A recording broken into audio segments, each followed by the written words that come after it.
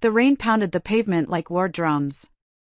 The porch light flickered above me, catching the stunned expressions on their faces, my father's stern jaw clenched in false pride, my mother trying not to meet my eyes, and Jake, of course, standing there like the golden boy who'd never done a thing wrong in his life. I stood in the doorway of the house I built, not with their help, not with their love, but with every sleepless night, every no, every moment they told me I wasn't enough. "Emily, please," my dad said, his voice cracked but trying to stay in control, "we just need a place to figure things out. You've got space, more than you need. It's time we came together as a family." Family. That word tasted like ash. "You mean the family that told me I was a waste of an education?" I asked, my voice trembling, not from weakness, but from everything I had held back for years. The family that called me emotional, difficult, selfish, just because I dared to want a life of my own? "Don't be dramatic," Jake chimed in, rubbing water from his face, already annoyed like this was some petty fight. "It's not like we're asking you to give us your house. Just sell it. Help us pay off the debt. We're your family, for God's sake." I laughed. A short, bitter one that didn't touch my eyes. "You mean the debt from the $915,000 loan Dad took out for your dream car? Or the mess your failed racing business left behind?" Dad stepped forward, and for a moment I saw a flicker of the man I once begged to believe in me. "Emily, honey, your brother just had a rough patch. It's not like the money you asked for was a sure thing." There it was. The same sentence, nearly word for word, that he gave me all those years ago. "Too risky," I said quietly. "That's what you told me when I asked for $80,000 to build my startup. Remember that? You said I wasn't worth the gamble. But a $915,000 sports car for Jake? That was just supporting your son's dreams." My mother looked up then. Her lips quivered, but she still didn't speak. She never did. "I built this home," I said, standing tall, my fingers tightening around the door. "Brick by brick. Deal by deal. You didn't believe in me when I had nothing. You don't get to come back now that I have everything." Jake stepped forward, his foot on the threshold. "Come on, Emily, stop acting like a victim." And that was it. I pointed at him, then my dad. "Get off my porch." "Emily," Dad tried again. I said get out of my house. And with that, I shut the door. The thunder outside wasn't louder than my heartbeat. I turned, leaned against the door, and let the silence swallow me whole. I wasn't the daughter they wanted. But I was the woman they'd never be able to ignore again. I still remember the first time I said it out loud. "I want to start a tech company," I told my dad at the dinner table. I was 23, freshly graduated, and filled with the kind of hunger you can't fake. I had the idea, the prototype, the pitch deck, and a laptop with a flickering screen. All I needed was seed money, $80,000 to be exact. Dad didn't even look up from his mashed potatoes. "That's a lot of money for an app, Emily." "It's more than just an app," I said quickly, heart pounding. "It's a software tool that helps independent retailers automate inventory and supply tracking. I've already got 5 stores using the demo, and..." "You want me to give you 80 grand based on a demo?" he asked, raising his eyebrow. "Do you know how many startups fail in the first year?" Jake chuckled across the table. "She's been watching too much Shark Tank." I looked to Mom. She offered a tight smile, then busied herself with the salad like she hadn't heard a thing. That was always her role, silent audience. "I'm not asking for a handout," I said. "I'm offering equity. You'd be an investor." Dad laughed then. A deep, almost patronizing laugh. "Emily, you've always had big ideas. But business? It's cutthroat. You're too emotional. You get attached. That's not how it works out there."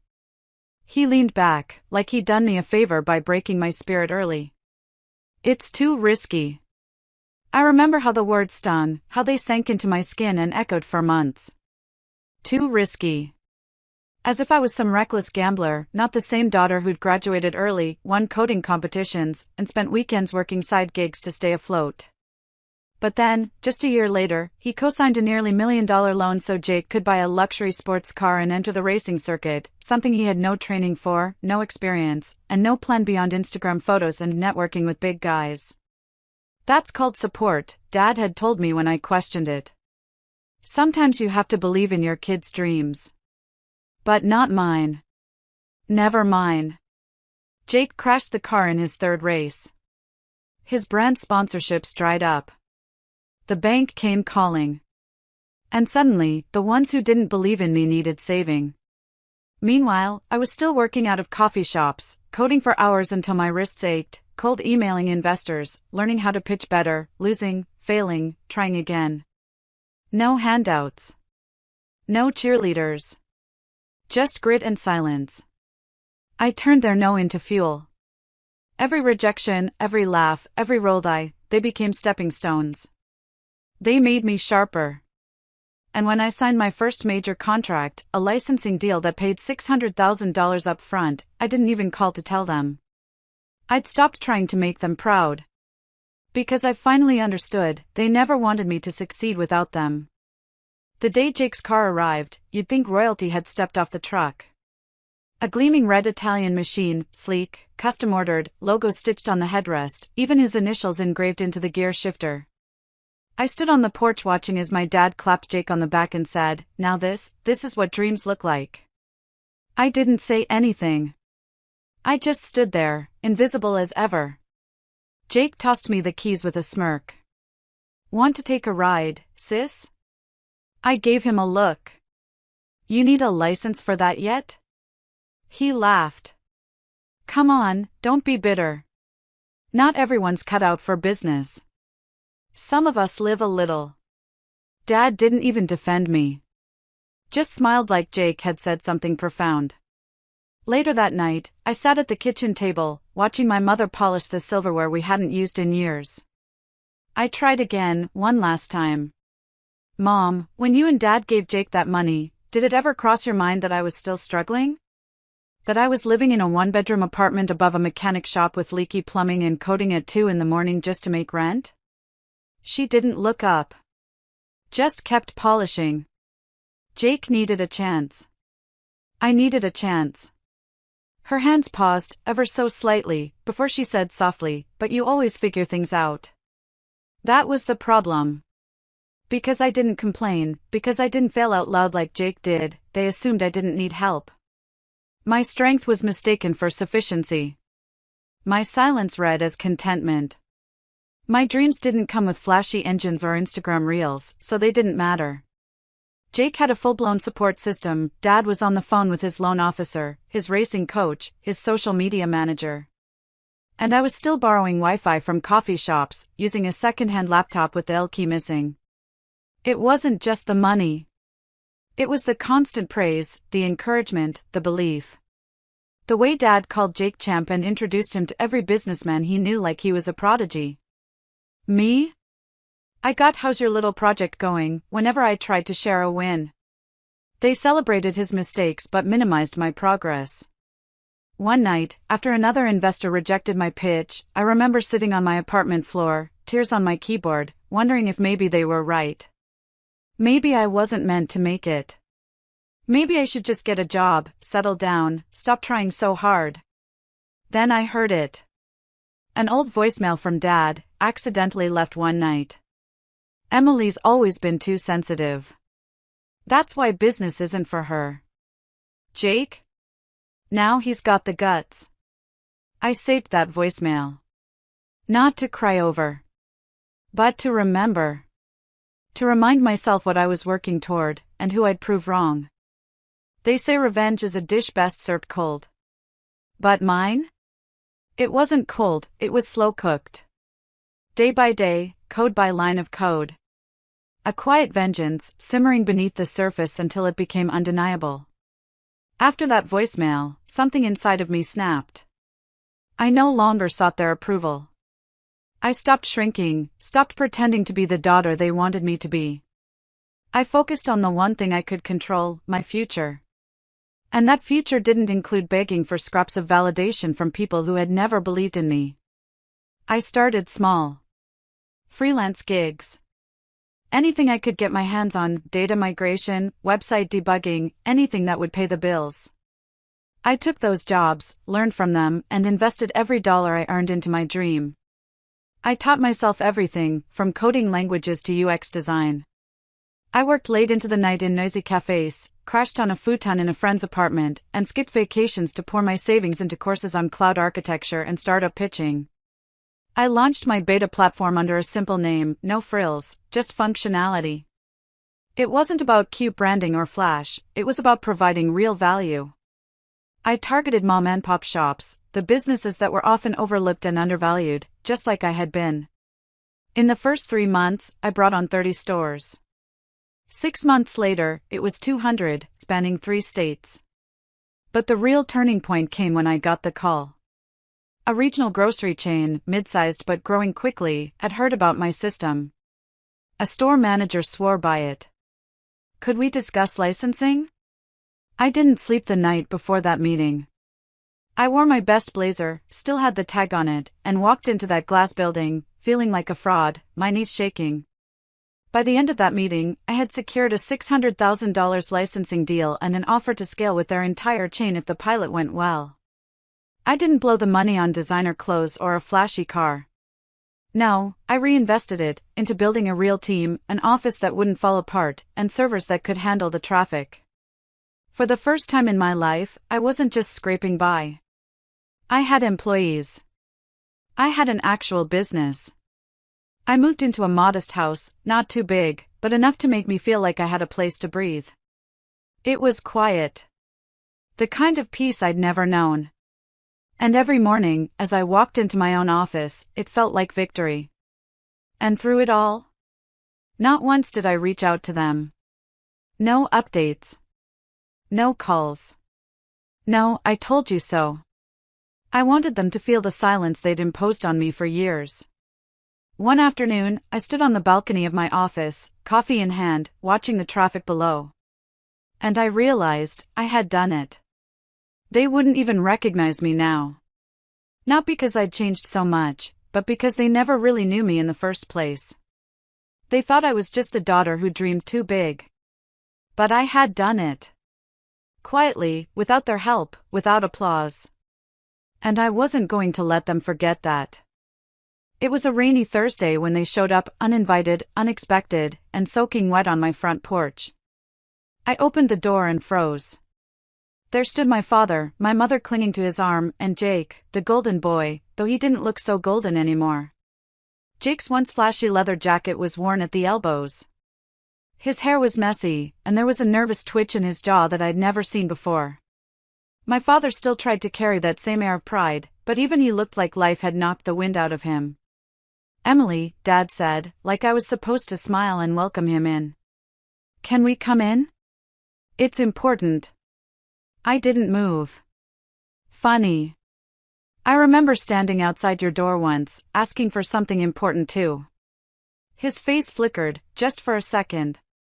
Mom tried to smooth things over. "Sweetheart, please, we really need to talk." Against my better judgment, I stepped aside.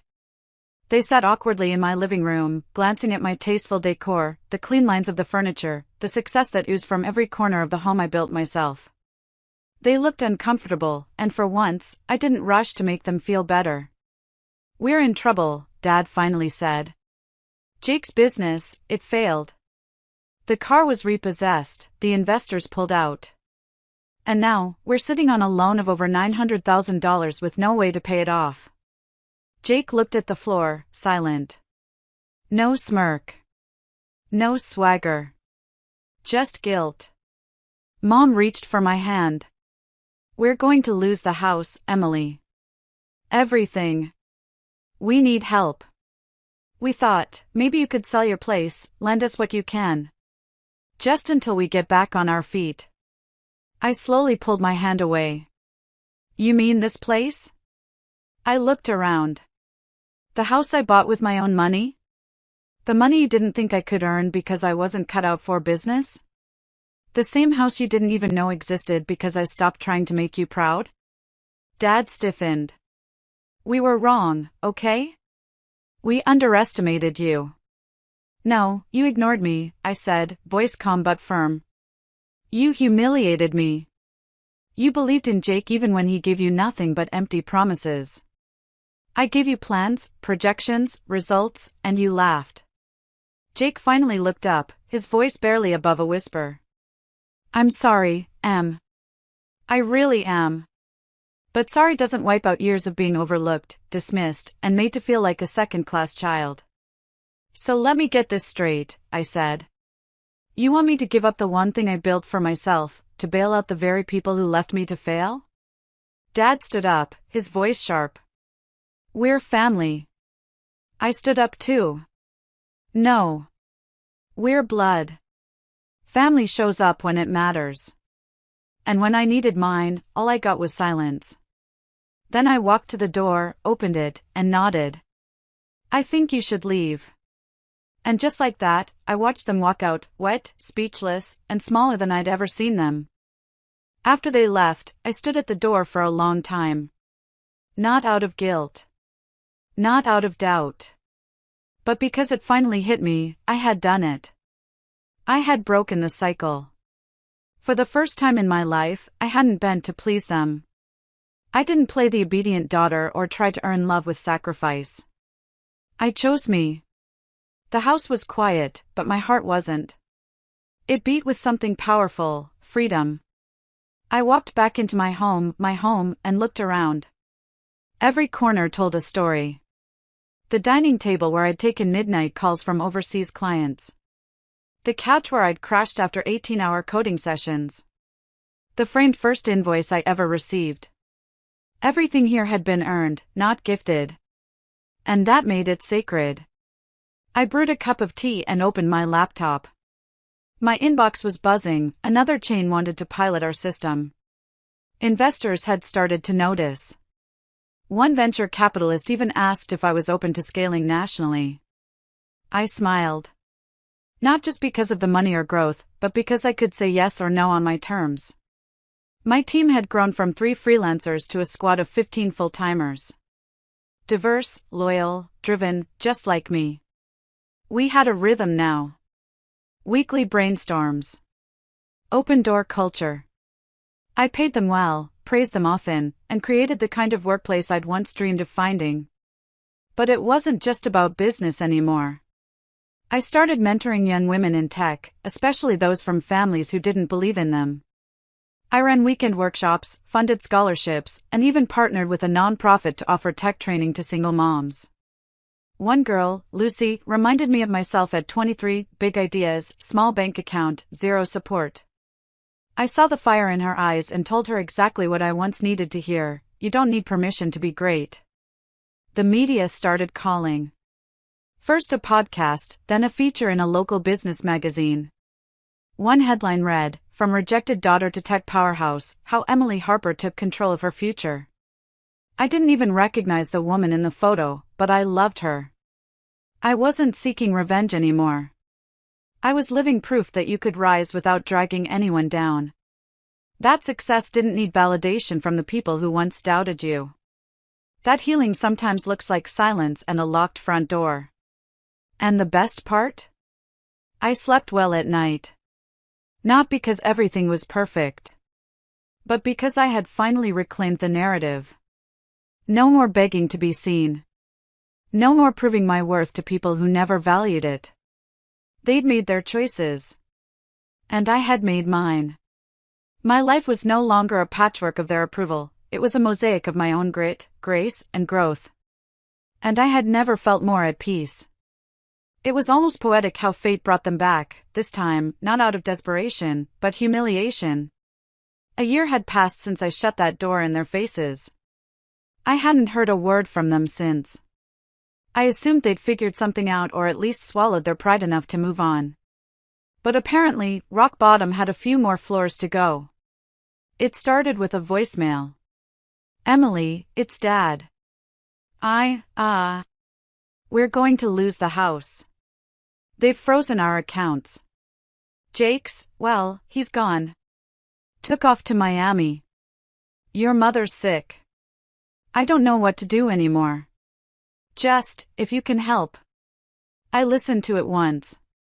Then again. Then I deleted it. But it didn't stop there. A week later, I ran into my mother outside a grocery store. She looked frail, thinner than I remembered, with a sadness in her eyes that used to belong to me. When she saw me, she hesitated, then walked up slowly. Emily, please, just hear me out. I sighed. You've got 2 minutes. Tears welled in her eyes. We were wrong. All of us. Your father, me, Jake. We never saw how incredible you were until it was too late. We always thought Jake needed more support, but it was you who was building something real. And now, we've lost everything. She reached into her purse and pulled out an old photograph, me at 13, holding up a science fair trophy, beaming. You always had something special, she whispered. The sincerity hit different this time. Not as manipulation. But maybe as genuine regret. Still, I didn't say much. Just nodded and walked away. Later that week, I was invited to speak at a local university about women in leadership. The room was packed. And there, in the last row, wearing an old blazer and a stiff expression, sat my father. He watched me from afar. Didn't approach after. Didn't need to. The contrast said everything. The man who once called my dreams risky now sat silently in the back of a room full of people who hung on to my every word. The man who once gave away almost $1 million for a car now probably couldn't afford a cab ride home. The same man who once refused to believe in me was now witnessing the world celebrate what he ignored. And here I stood, graceful, composed, and untouchable. Not out of vengeance. But because I no longer needed anything from them, not approval, not help, not even closure. I had become the version of myself that my younger self always dreamed of being, without their handouts, and despite their absence. The roles had reversed completely. Now, they looked up to me. And I had no intention of ever looking back. The next time they came to my door, I didn't answer. I watched from the upstairs window as my parents stood outside, awkward and small, on the porch of the very house they once begged me to sell. My father held his hat in his hands, turning it over nervously, while my mother clutched her purse like it might protect her from the truth. They didn't knock this time. Maybe they knew. I had already made peace with everything. Not through confrontation, not through anger, but by building a life so full, so solid, that their absence no longer echoed. I thought of all the moments they missed. The first article about my startup going viral. The investor round I closed in record time. The speech I gave in San Francisco where they gave me a standing ovation. The night I came home, popped a bottle of champagne, and danced alone in my living room because I did it. And now, I was closing on a second home, a lake house. Not for bragging rights. But because I could. I was no longer the girl asking for permission to dream. I was the woman living it. When they finally left the porch, my phone lit up with a message from my father. Emily, if you ever want to talk, we're sorry. Truly. We didn't understand. We see it now. You became everything we never believed you could. I stared at the message for a long time. Not out of bitterness, but clarity. They weren't evil. Just blind. Blinded by their own fears, their own biases, their warped sense of who deserved love and who deserved sacrifice. But I had no space left for what-ifs. No energy to raise the dead of old relationships.